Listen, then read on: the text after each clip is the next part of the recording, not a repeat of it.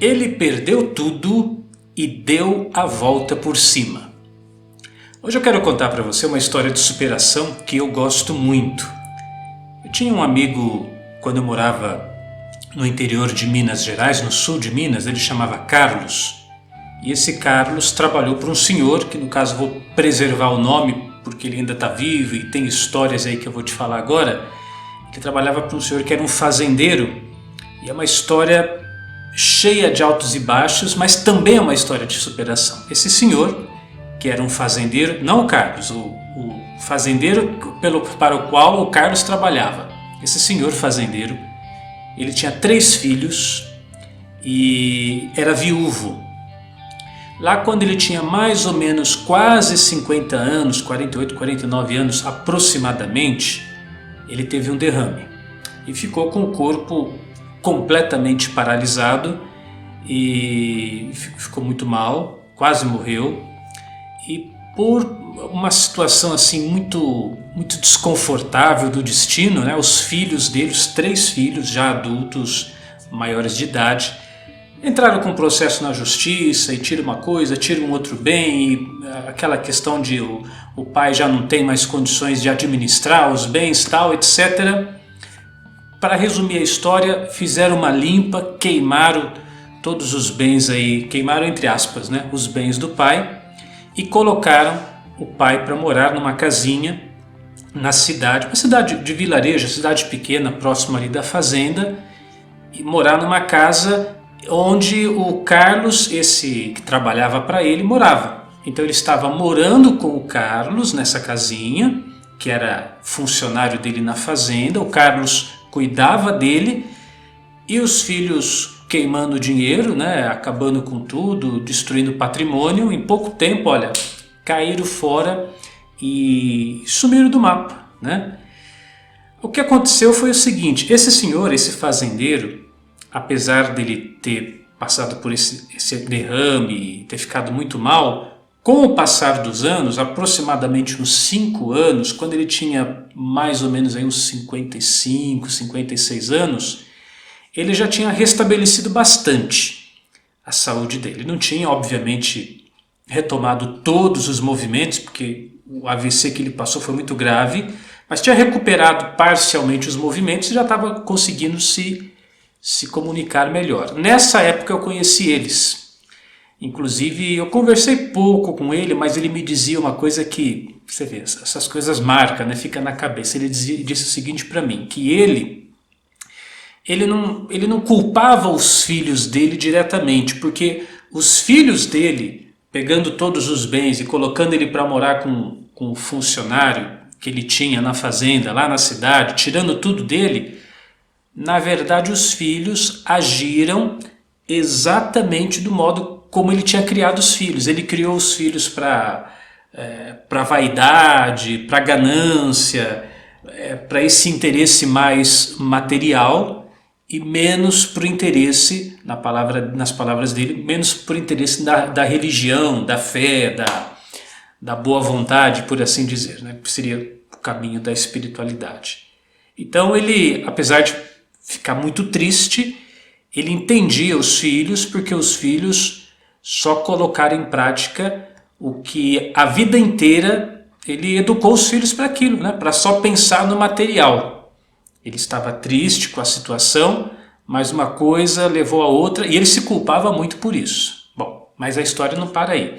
Então quando ele tinha mais ou menos uns 55 anos, ele levou uns 5 anos para ele dar uma boa recuperada.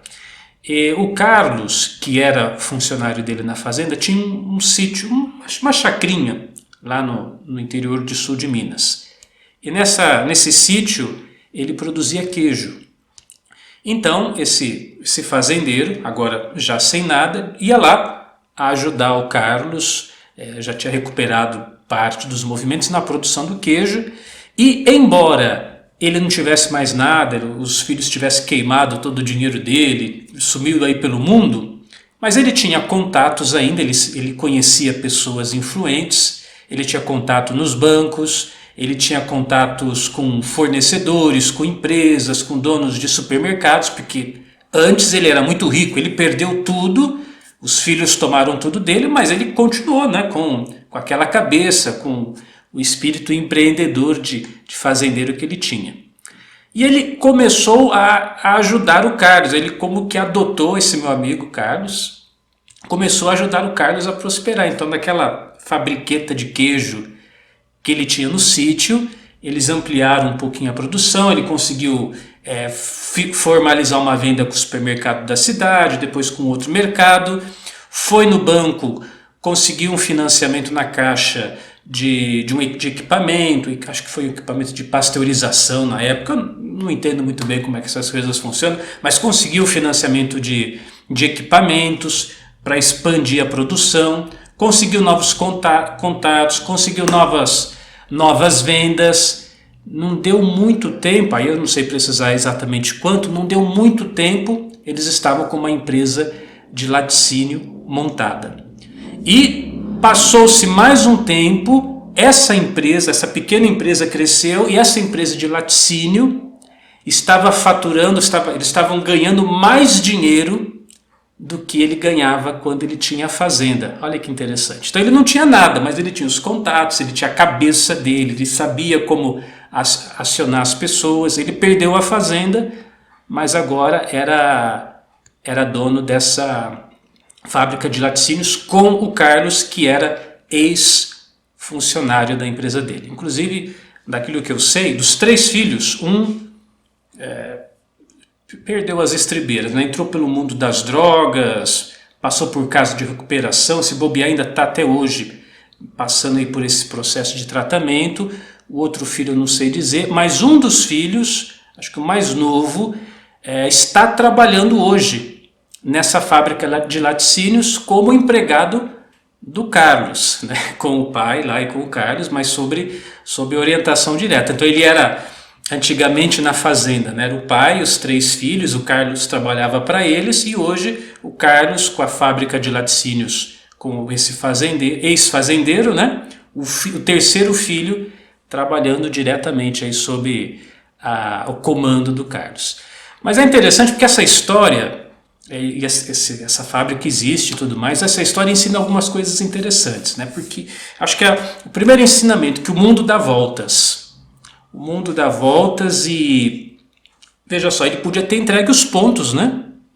Ele podia ter desistido. Meus filhos me tiraram tudo e eu não tenho mais nada, eu tive esse derrame, nada dá certo na minha vida. Ele podia estar afundado na cama, deprimido, entregue os pontos até hoje, mas não foi o que ele fez. Ele foi retomando as forças e reconstruiu, né? Não exatamente aquilo que ele tinha, a fazenda, mas ele reconstruiu a vida dele. Então, esse é o primeiro ensinamento, que a gente não pode entregar os pontos. Por pior, eu não sei o que você está passando hoje, né? De repente você está acamado, você está muito mal, você passou por uma quebra financeira, você passou por algum problema, que você fala assim, Cris, está tudo perdido. Não está tudo perdido, não entrega os pontos. Não entrega os pontos porque você pode sempre recomeçar. Você pode recomeçar e recomeçar dessa vez mais sábio, com mais experiência, com mais maturidade frente aos problemas que você passou. Você recomeça, só que agora compreendendo uma série de coisas. E o segundo ponto é esse, né? Que de repente, eu acho que foi uma grande lição na vida dele, a gente planta o que a gente colhe. A frase dele é muito significativa. Eu até esqueci de falar, ele disse, eu perdoo meus filhos porque eles estão agindo exatamente do modo que eu criei eles, né? Ele não podia ser diferente. Então o ensinamento é isso, que você planta, você colhe. Mais cedo ou mais tarde você vai colher. Então hoje, vamos imaginar que você esteja numa situação, não exatamente essa situação, claro, mas numa situação difícil.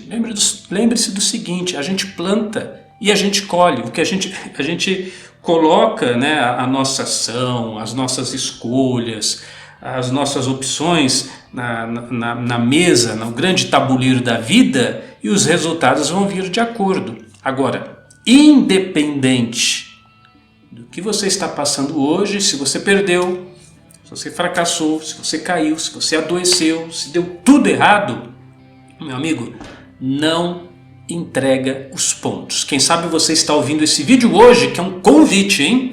Um convite para você parar, repensar, pera lá, se um cara que passou por isso, ele dá a volta por cima, né, e volta a entrar em jogo, eu também vou fazer isso. Eu vou como é que fala? Me renascer das cinzas, né? Vou recolher os meus cacos, respirar fundo e partir para cima, porque estou aqui, estou vivo, estou aqui presente. Você está vivo? Você está me assistindo aqui? Então você ainda tem, meu amigo, minha amiga, a oportunidade de recomeçar. Eu sou Cris Almeida, sucesso e felicidade para você.